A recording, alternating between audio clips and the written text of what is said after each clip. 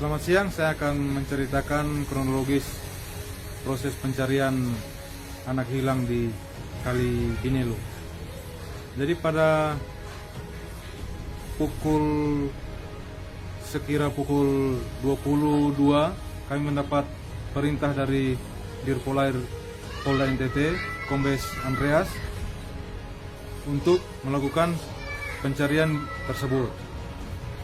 Jadi pada saat kita menerima perintah tersebut, langsung kita bergegas untuk melakukan persiapan dan sesegera mungkin kami berangkat ke TKP.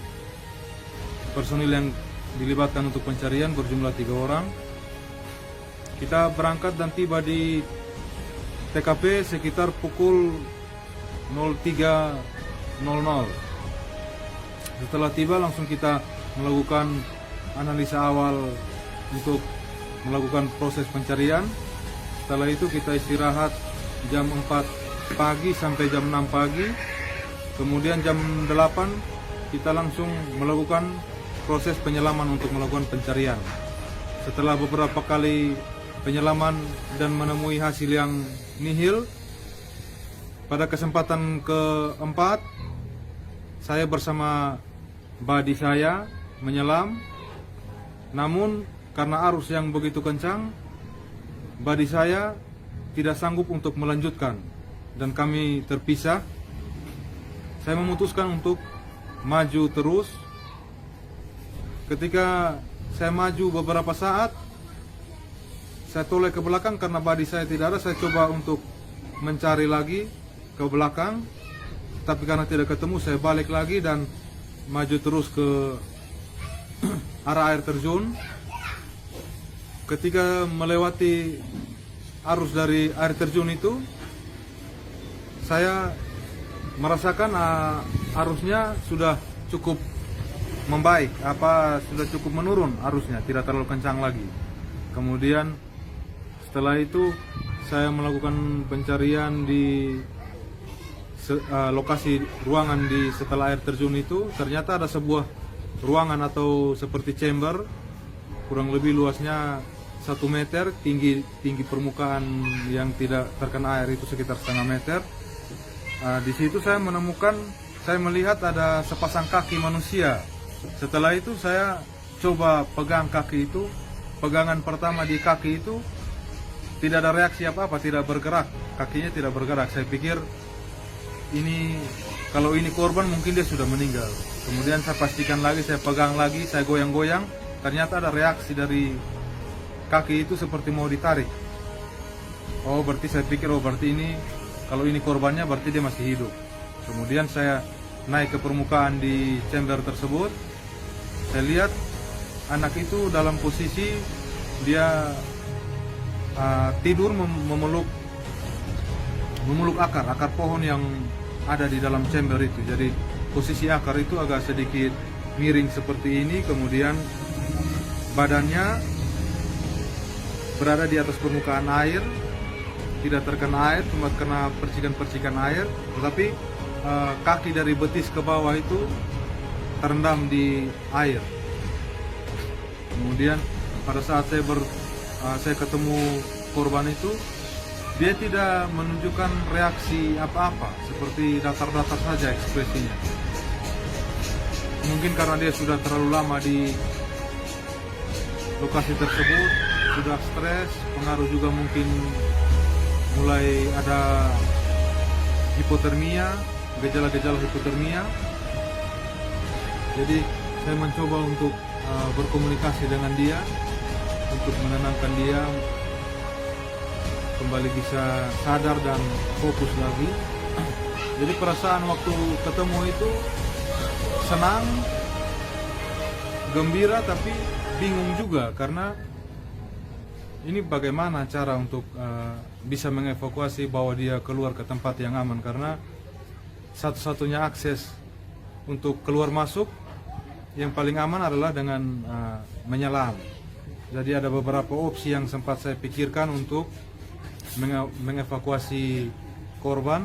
Yang pertama, opsi pertama itu saya berpikir untuk membawa dia keluar melalui lubang tempat dia terperosok jatuh itu. Tetapi setelah saya coba ke lubang itu, saya mencoba derasnya arus yang dari air yang masuk itu, ternyata arusnya kencang, tidak mungkin diterobos oleh manusia untuk masuk melalui lubang itu. Sehingga opsi kedua adalah saya keluar untuk memanggil bantuan dari teman-teman penyelam lain. Tetapi saya juga sempat berpikir bahwa jika saya meninggalkan dia, korban sendiri di situ, mungkin dia akan berpikir bahwa saya tidak kembali lagi, dan mungkin dia akan berusaha untuk mengikuti saya menyelam, yang bisa berakibat fatal untuk korban tersebut. Kemudian kalau misalnya saya panggil bantuan teman selam, kemungkinan untuk kita mencapai tempat itu sulit untuk bisa sampai di situ, karena arusnya sangat kencang dan visibility atau jarak pandang itu mungkin cuma 1 jengkal dari pandangan mata, dari mata. Jadi kita tidak bisa menentukan arah kemana kita mau pergi, sangat sulit. Jadi saya putuskan untuk saya melihat regulator cadangan pressure gauge saya ini, cadangan udara yang masih tersedia itu masih cukup untuk dipakai 2 orang. Jadi saya putuskan untuk mengevakuasi menggunakan regulator cadangan. Tapi kendalanya yaitu anak ini atau korban ini tidak pernah sebelumnya menggunakan regulator. Jadi saya ambil tindakan untuk pertama saya tenangkan dia dulu dari obrolan ringan. Seperti saya tanya namanya siapa, sekolahnya di mana, temannya apa, siapa saja, hobinya apa. Saya tanya apakah dia sering main di air, dia bilang dia senang kalau main di air, dia bisa berenang-berenang sedikit, katanya begitu. Jadi saya ajar dia untuk bernapas menggunakan mulut, tidak menggunakan hidung. Jadi kita coba tutup hidung, kemudian bernapas pakai mulut. Nah, setelah coba beberapa kali, dia bilang dia bisa bernapas pakai mulut, tidak menggunakan hidung. Nah, setelah itu saya ambil regulator cadangan saya kasih ke dia, menirukan persis seperti apa yang saya instruksikan, saya contohkan, dan dia menyanggupinya, dia siap. Setelah coba beberapa kali, saya minta dia untuk memegang kuat bisi saya. Jadi dia pegang bisi saya kiri dan kanan kuat supaya tidak terlepas. Kemudian saya peluk dia, saya peluk yang erat, saya kasih tahu dia, kita coba turunkan kepala, kemudian bernapas menggunakan mulut. Mata ditutup saja, tidak usah dibuka mata, tutup mata, bernapas pakai mulut. Saya coba beberapa detik, kemudian dia berhasil. Setelah itu saya ulangi lagi beberapa kali dengan durasi yang saya tambah. Kemudian saya rasa dia sudah cukup siap. Kemudian saya minta dia, saya ingatkan dia supaya jangan pernah lepaskan pegangan di bisi saya. Apapun yang terjadi jangan pernah lepaskan pegangan, dan regulator harus tetap digigit supaya bisa bernapas dengan mulut. Kemudian pada hitungan ketiga saya kasih aba-aba, kita turun ke bawah. Yang sulit untuk kita mengarah keluar yaitu arah arus dari air terjun itu, dia mendorong kita untuk masuk semakin dalam ke gua, sehingga kita butuh usaha untuk berenang melawan arus tersebut. Begitu kita sudah berhasil dan sampai di air terjun, ini arusnya sangat bercampur, tidak bisa kita tebak seperti di mesin cuci. Kita masuk di mesin cuci sehingga kita tergulung-gulung, terbolak-balik. Di situ saya pegang dia semakin erat, dan saya cuma bisa lihat jarak pandang itu, saya cuma bisa lihat regulator seperti bayangan kuning di depan saya, di depan pandangan saya. Berarti itu regulator masih terpasang dengan baik, dia masih bisa bernapas. Jadi saya yakin dia aman, dia baik-baik saja. Kemudian kalau misalnya tidak ada bayangan kuning, berarti regulatornya sudah terlepas. Jadi saya lihat regulator itu bayangan kuning masih ada.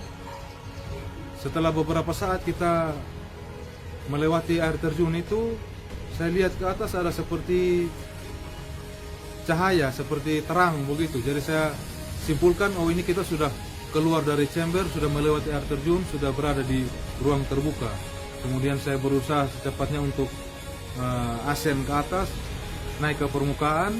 Begitu sampai ke permukaan, kita munculnya ternyata bukan di tengah kali, tetapi muncul di pinggiran kali, sehingga kepala dari si korban sempat terbentur di batu dan dia kaget, dia mengeluh kepalanya sakit. Kemudian saya dengan cepat saya dorong batu itu sehingga kita langsung cepat bergeser ke arah tengah kali di posisi yang lebih aman. Setelah itu baru dibantu dievakuasi oleh teman-teman dari Basarnas dan Polair yang sudah siap di permukaan kali. Apa yang sudah saya ceritakan tadi, saya ingin untuk meluruskan bermacam-macam polemik yang beredar di masyarakat bahwa anak tersebut tenggelam selama kurang lebih 20 jam tapi masih bisa selamat.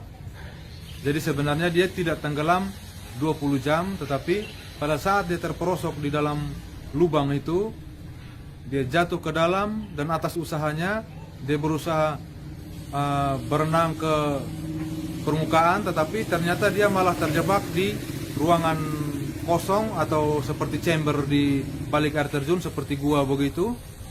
Kemudian dia melihat ada akar-akar situ, dia berusaha untuk menggapai akar supaya dia tidak terendam di air untuk menghindari hipotermia. Demikian cerita yang sudah bisa saya sampaikan untuk meluruskan berbagai polemik yang beredar di masyarakat. Sekian, terima kasih.